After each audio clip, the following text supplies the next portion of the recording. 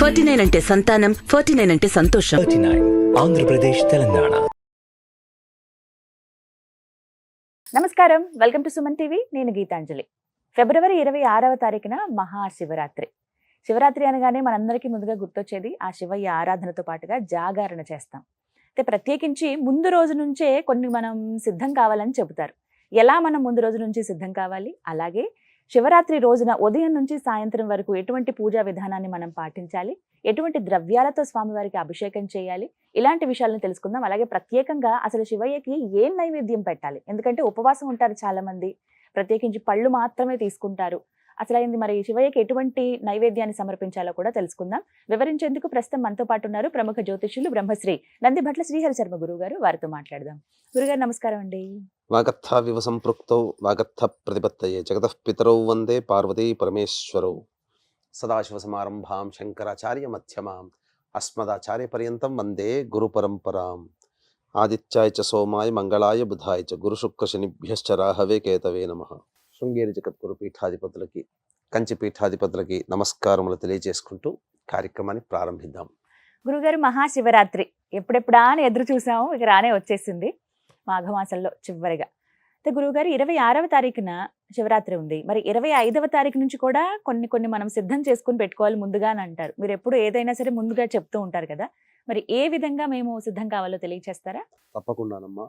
మహాశివరాత్రి, జన్మకో శివరాత్రి అని అంటుంటాం. అవును.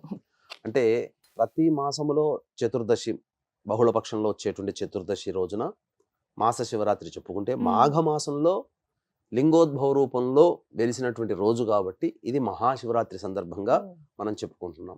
మహాశివరాత్రి రోజున ఎటువంటి మానవుడికైనా సంకల్పములు ఏవున్నా కానీ శివయ్యని ఆరాధన చేయడం వల్ల ఆ సంకల్పాలన్నీ నెరవేరుతాయి. ఎందుకనంటే శివాజ్ఞ లేనిదే చీమైన కొట్టదు. ఈ కార్యక్రమం మనం చేయాలన్నా ఇంతటి మహత్తరమైన కార్యక్రమాన్ని విని అందులో ఉన్నటువంటి మంచి విషయాన్ని తెలుసుకొని ఆచరించడం ద్వారా మంచి జరగాలని రాసిపెట్టి ఉంటేనే ఈ కార్యక్రమం మొత్తము కూడా వీక్షిస్తారు ప్రేక్షకులు. ఎందుకంటే ఇందులో మనం చెప్పుకోబోయేటువంటి సామాన్యమైన విషయాలు కాదమ్మా, చాలా గుప్తమైనటువంటి విషయాలు. అసలు పరమేశ్వరునికి భోలాశంకరుడు ఏదిచ్చినా తీసుకుంటాడు. కానీ విశేషించి మహాశివరాత్రి రోజున ఏ విధంగా పూజ చేయాలి, వ్రత విధానాన్ని ఎలా ఆచరించాలి, ఏ నైవేద్యాలు పరమేశ్వరునికి ప్రీతికరంగా ఈ యొక్క మహాశివరాత్రి రోజున సమర్పించాలనేటువంటిది మనకు పురాణాంతర్గతంగా చెప్పబడి ఉంది. కాబట్టి మిగతా రోజుల్లో మనం ఏ విధంగా అభిషేకం చేసుకొని ఏ నైవేద్యం పెట్టినా స్వీకరించినా, ఇప్పుడు మాత్రము ఈ మహాశివరాత్రి రోజున మాత్రం శాస్త్ర ప్రకారము అందరూ చేసుకోగలిగేటువంటి విధానమే, సామాన్యులకు కూడా అందుబాటులో ఉండేటువంటి విధానమే మనం చెప్పబోతున్నాం. కాబట్టి ముందు రోజుగా 26వ తారీఖు రోజున మనకు మహాశివరాత్రి కదా, 25వ తారీఖు రోజున మంగళవారం రోజున ఆ రోజు ప్రదోషకాల సమయం నుంచి వ్రత విధానము ప్రారంభమవుతుంది. కాబట్టి అనగా 25వ తారీఖు సూర్యాస్తమయం అయిపోయిన దారభ్యత ఆ రోజున రాత్రి అల్పాహారం మాత్రమే తీసుకోవాలి, భోజనం తీసుకోకూడదు. ఆ రోజు నుంచి శివరాత్రి తెల్లవారి వ్రత నియమాన్ని విడిచిపెట్టి భోజనం చేసే రోజు వరకు కూడా, అంటే 25, 26, 27వ తారీఖు ఈ 3 రోజులు కూడా మద్యపానము, ధూమపానము, మాంసాహారము, దాంపత్యము అన్ని నిషేధము. క్షవరము కూడా కటింగ్ చేసుకుంటారు, గడ్డం తీసుకుంటారు, ఇవన్నీ కూడా నిషేధం అమ్మ. ఇది విధానం. తర్వాత నేలపైనే పరుండాలి, బ్రహ్మచర్య వ్రతాన్ని ఆచరించాలి. ఇక 3 గంటలు 4 గంటల కల్లా నిద్ర లేచి కాలకృత్యాదులన్నీ తీర్చుకొని శివరాత్రి రోజున 26వ తారీఖు ఇంట్లో శివచిత్ర పరివారానికి కానీ లేదా శివలింగం దగ్గర కానీ చక్కగా పూజా మందిరం అంతా కూడా శుభ్రపరచుకొని మొట్టమొదలు ఆవు నేతితో దీపారాధన బ్రహ్మముహూర్త కాలంలో చేసి శివ అష్టోత్తరం కానీ శివ సహస్రనామం పారాయణం కానీ చేయాలి. చేసిన తదనంతరం ఉదయిస్తున్నటువంటి సూర్యుడికి నమస్కారం చేసి సూర్యాష్టకం 6 సార్లు పారాయణం చేసి 11 సార్లు సూర్యుడికి అర్ఘ్యం ఇవ్వాలి. ఇది చేయాలి. తదనంతరం ఇంట్లో ఉన్నటువంటి ఇంటినంతా కూడాను శుభ్రపరచుకోవాలి. ఆ రోజున పరుచుకోవచ్చు. అలాగే పూజా మందిరాన్ని కూడా శుభ్రపరచుకొని తదనంతరం ఒక బకెట్ నీటిలో, మంచి నీటిలో గళ్ళ ఉప్పు, తర్వాత గోపంచకము, తర్వాత పసుపు, తర్వాత ఈ సుగంధ ద్రవ్యం ఏదైనా కానీ వేయవచ్చు. తదనంతరం ఆ యొక్క నీటితో ఇల్లంతా కూడాను శుభ్రపరచుకోవాలమ్మా. శుభ్రపరచుకున్న తర్వాత గంగా జలం కూడా వేసి శుభ్రపరచుకోవచ్చు. ఇక ఆ శుభ్రపరచుకున్న దారభ్యత ఉదయం నుంచి సాయంత్రం వరకు కూడా చక్కగా నామస్మరణ, శివాయ నమః శివాయ నమః అనుకుంటూ శివనామస్మరణ చేసుకోవాలి.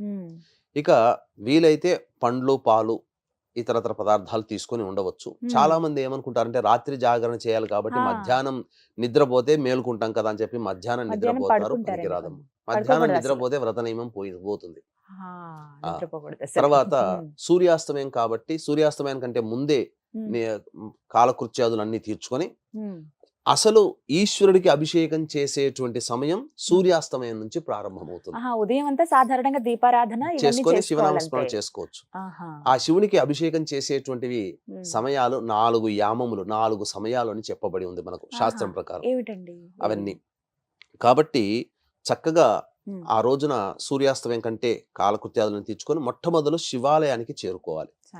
శివాలయంలో నవగ్రహాల చుట్టూ శివాయ నమః అంటూ 27 ప్రదక్షిణలు చేసి చాలా మంది కాళ్ళు కడుక్కుంటారు. కాళ్ళు కడుక్కోద్దమ్మా.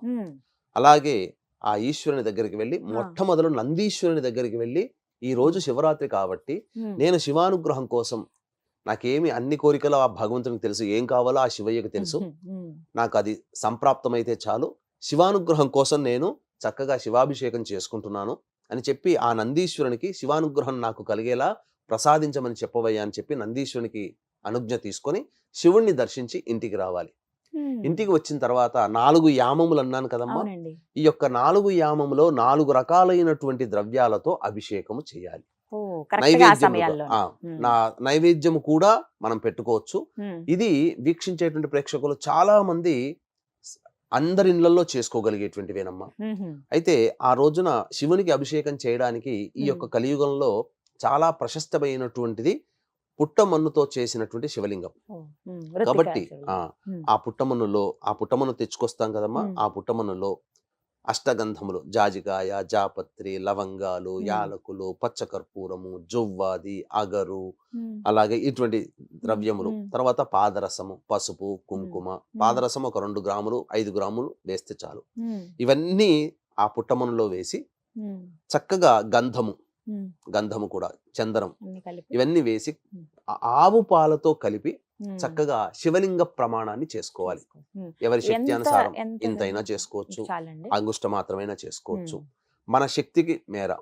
తదనంతరం ఆ యొక్క శివలింగానికి చక్కగా ఆవు నేతితో అద్దాలి. ఎందుకంటే అభిషేకం చేసేటప్పుడు శివలింగం తడవకూడదు కాబట్టి, అంటే కరిగిపోకూడదు పుట్టమన్ను కాబట్టి. ఆ విధంగా చేసి 6:30 కల్లా 4 యామములు అన్నా చెప్పాను కదమ్మా.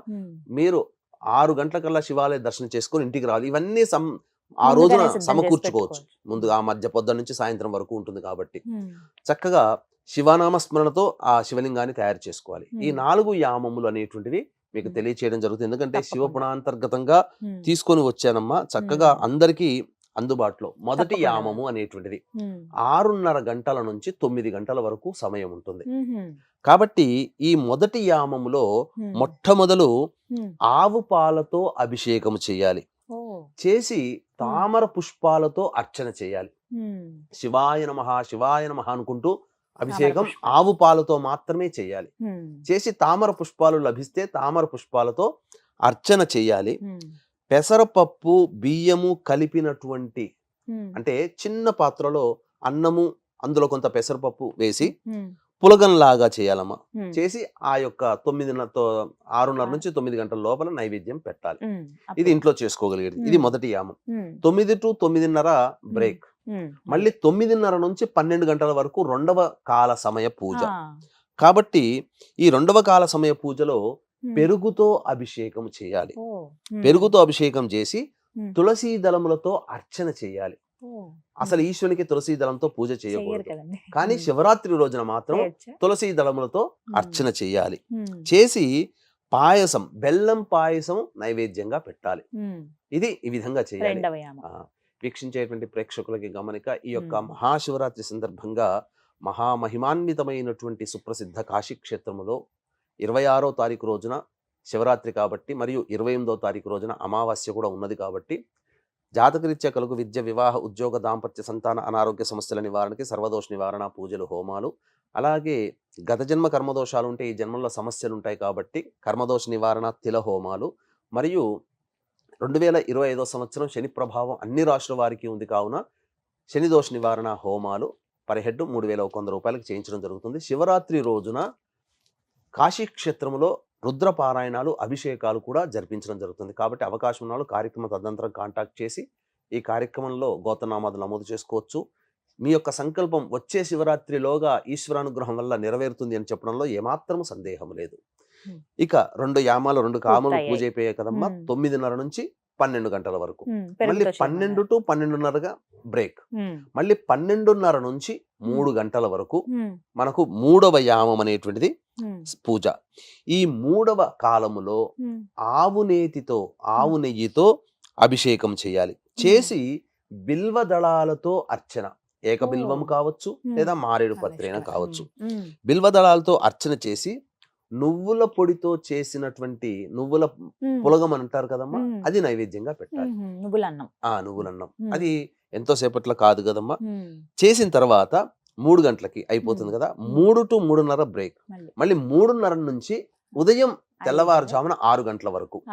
ఈ 6 గంటల వరకు తేనెతో అభిషేకము చేసి దొరికితే నల్ల కలవ పుష్పాలు దొరుకుతాయమ్మా.